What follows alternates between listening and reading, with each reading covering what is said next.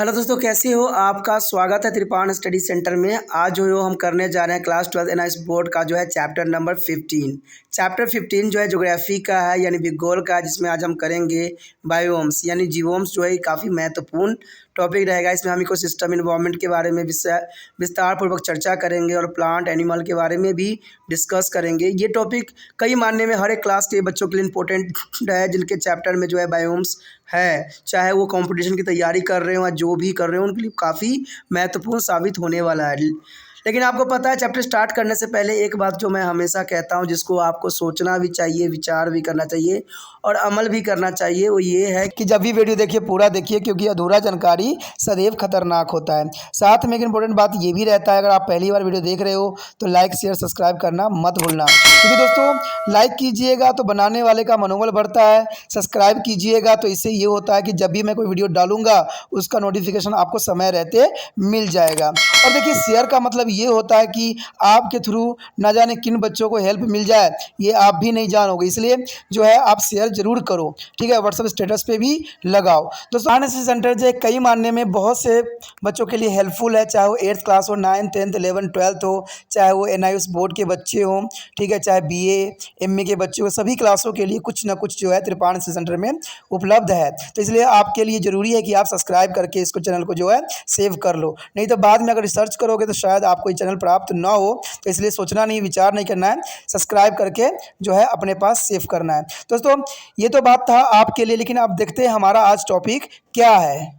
Today we have a discussion of most important chapter here. Biomes is important, but first point is also important here. Meaning of biome. There is a most important meaning of biomes. The word biomes is a short form of biologically home. The biomes is mean here a biological home. There is short form. There is a noise and immunities among their scientists. As far as their definition as well as the classification of the biomes is a consider. Biomes may be defined as a large natural ecosystem wherein we study their total assemblage of the plant and animal communities. And here all the biota have their minimum common characteristics, and all the area of biomes are characterized by the more or less informal environment condition. There is important here less and more informal environment condition. Third, a biomes include both plant and animal communities, but a biomes is usually identified and named on the basis of the dominant vegetation. There is important dominant vegetation, which normally is a constitute. There is a block of the biomes, and this vegetation are the most waves, and there is a compass. This is a visible component of the landscape. By the biomes, we mean total weight of all living organism, a plant, animal found in the biomes. The important here, and the next topic is a factor affecting to the biome. See there a factor of affecting the biomes here.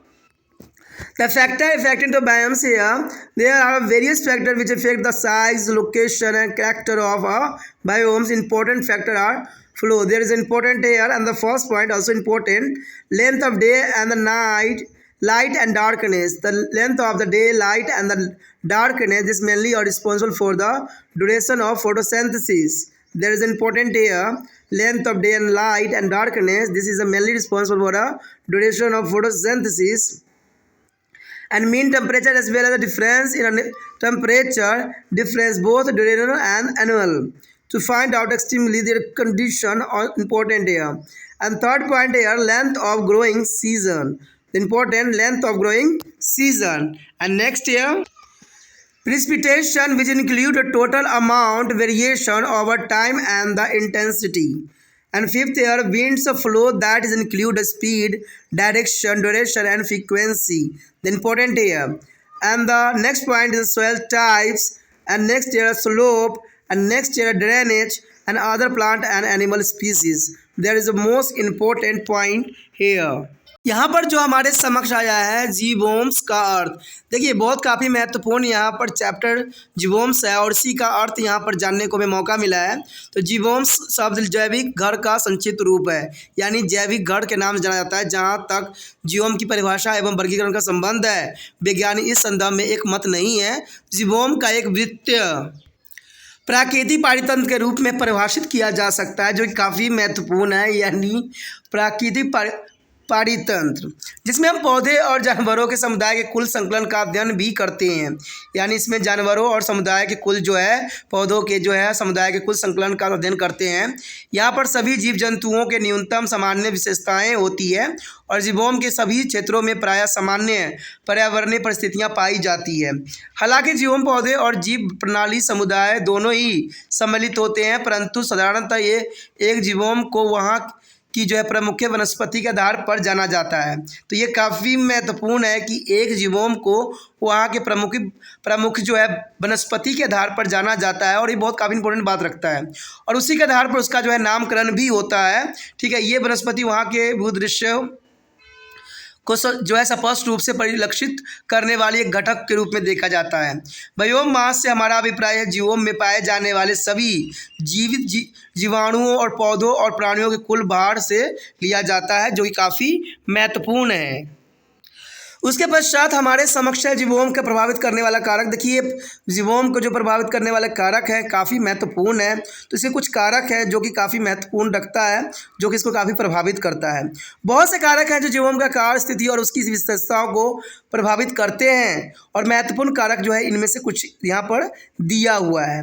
तो पहला कारक तो यही हो जाता है कि दिन के प्रकाश और अंधेरे की अवधि, यह मुख्य रूप से प्रकाश संश्लेषण की अवधि के लिए उत्तरदायी होती है। तो ज़रूरी बात है कि आपको पता है कि प्रकाश संश्लेषण जो होती है दिन के टाइम ही होती है, जो कि बहुत ज़रूरी है, क्योंकि जब प्रकाश के जो रोशनी जो होते हैं पौधे के पत्तियों में पड़ते हैं तो ये प्रकाश संश्लेषण करते हैं।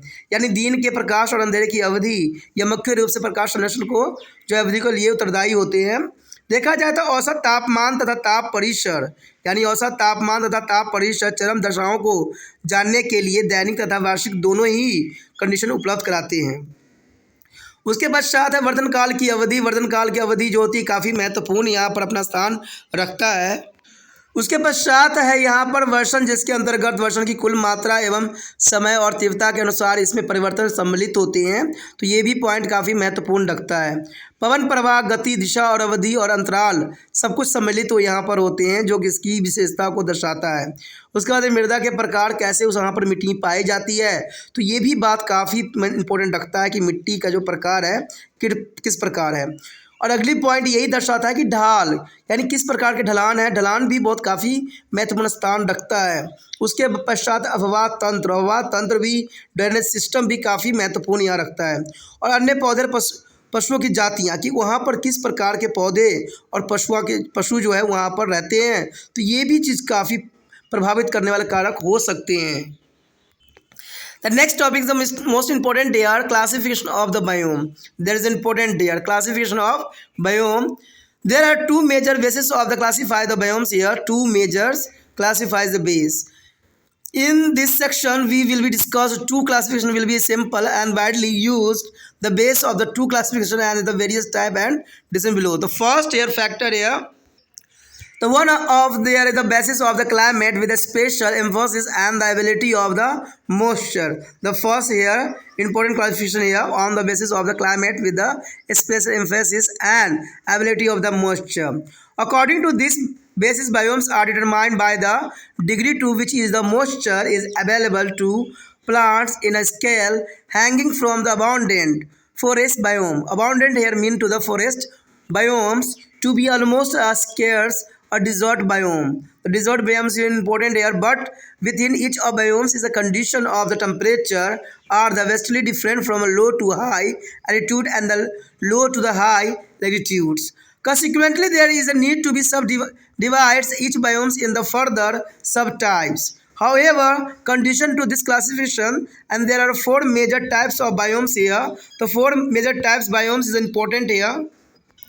The first here forest biome, second here savanna biomes, and the next here grassland biomes and desert biome. There is the most important biomes here. The next factor here. The next is on the basis of the climate and vegetation. There is the most important on the basis of climate and vegetation. This classification argues that there is the close relationship between the world distributional pattern of the plant, animal species and the climatic types of the world. Thus, the base on this relationship to the world has been to divided into different biomes types. The vegetation is the most is dominant is the component of the biomes as the vegetation and climate have a intimate is a relationship. There is a world is divided into the various types on the basis of climate.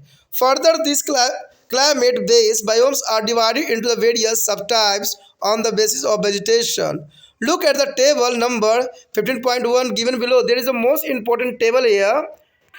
In this table, there is the most important here show biomes of the first order based on the climatical zone, and second biomes are second order based on the vegetation zone, and biomes of third order combination of climate and vegetation.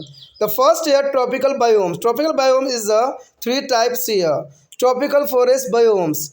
Here a combination of the climate vegetation here green rainforest biomes, semi evergreen forest biomes and discusses forest biomes and semi-discussive forest biome, venomous forest biome and savanna forest biome. There's important here.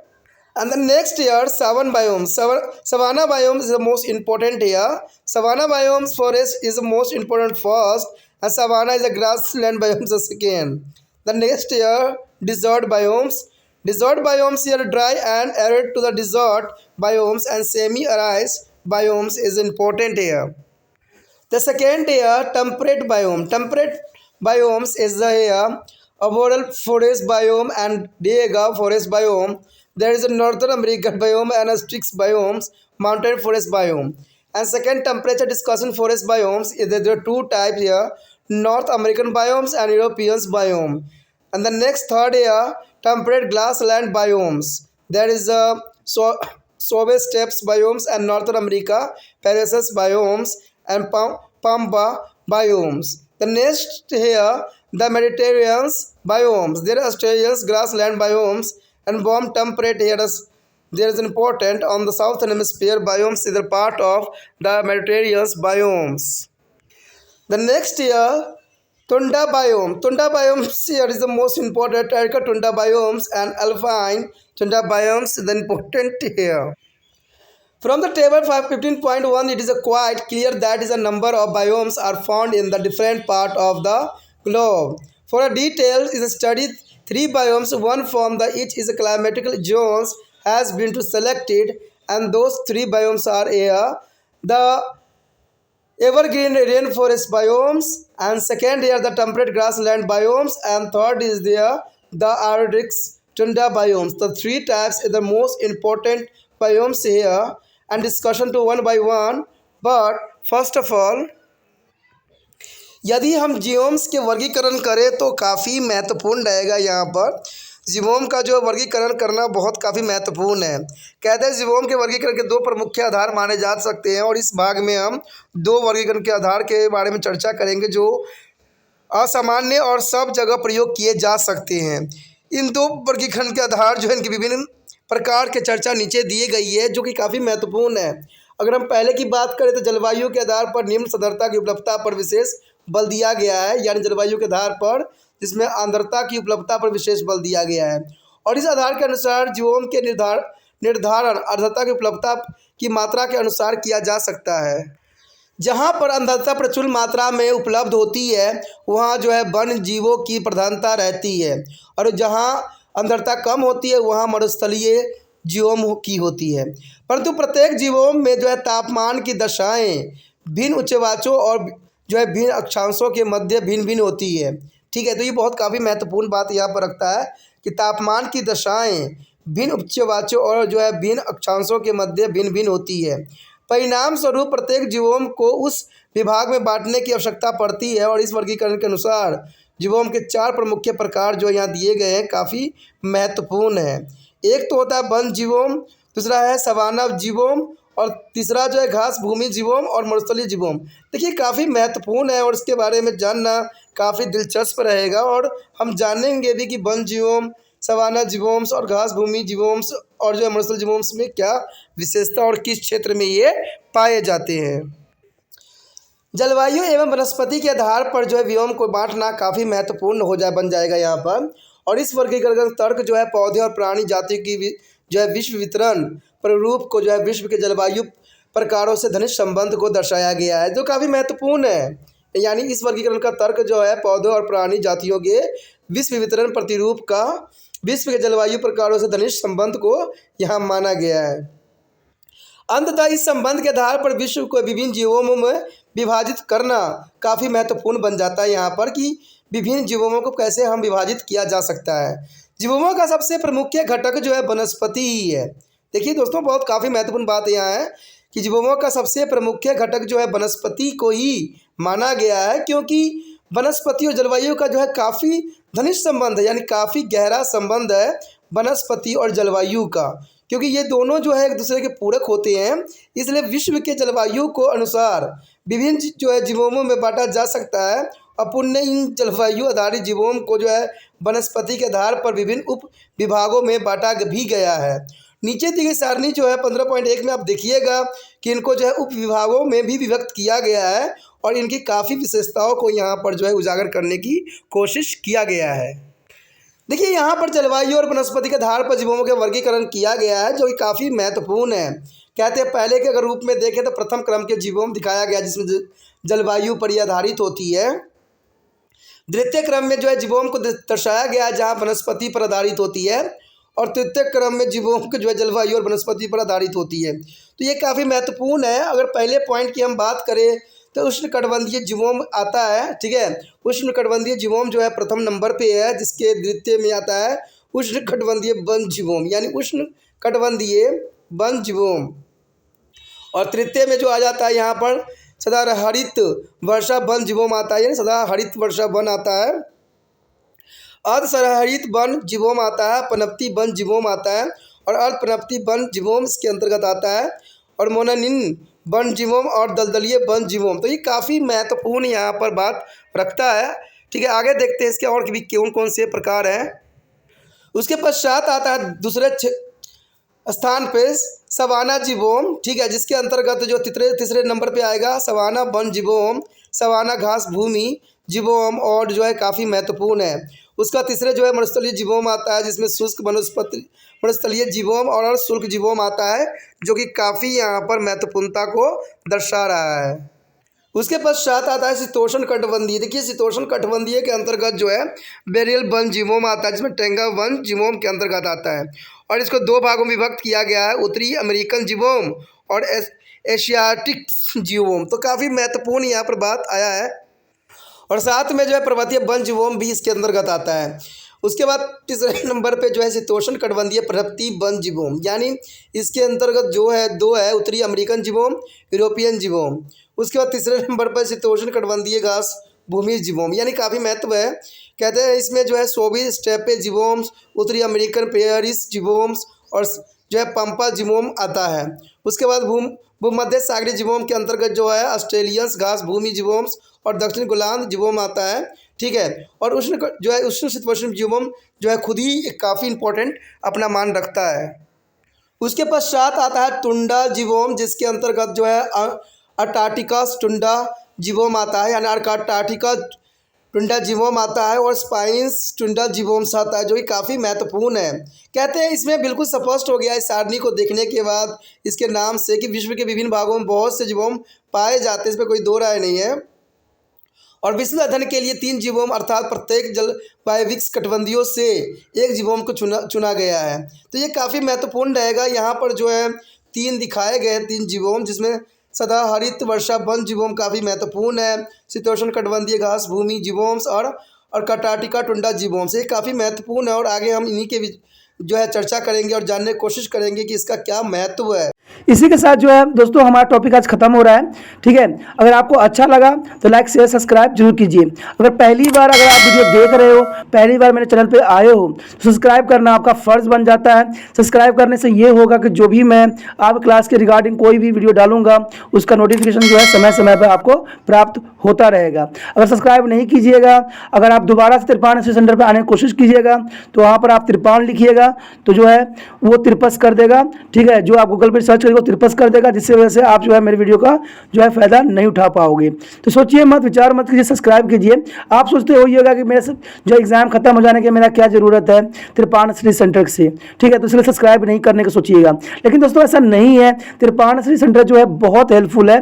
क्योंकि ये जो है आपके 8th class, 9th, 10th, 11th, 12th जो arts के subject को cover करता ही है, प्लस जो है ये NISU बोर्ड के जो है 10th प्लस 2 को भी कवर करता है। साथ में BA जो है फर्स्ट ईयर से लेकर 6 सेमेस्टर तक बच्चों के लिए ये अग्रसर रहेगा आर्ट्स सब्जेक्ट में।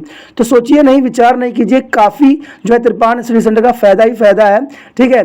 अगर आप मुझे प्रोत्साहित करोगे तो आपके लिए मैं तरह तरह के वीडियो बनाऊंगा जो आपको फ़ायदा पहुंचाएगा। एग्ज़ाम के तौर पे मैं आपको जो है पेपर भी आपको सोल्यूशन करके दिखाऊंगा जो आपके लिए फ़ायदेमंद रहेगा।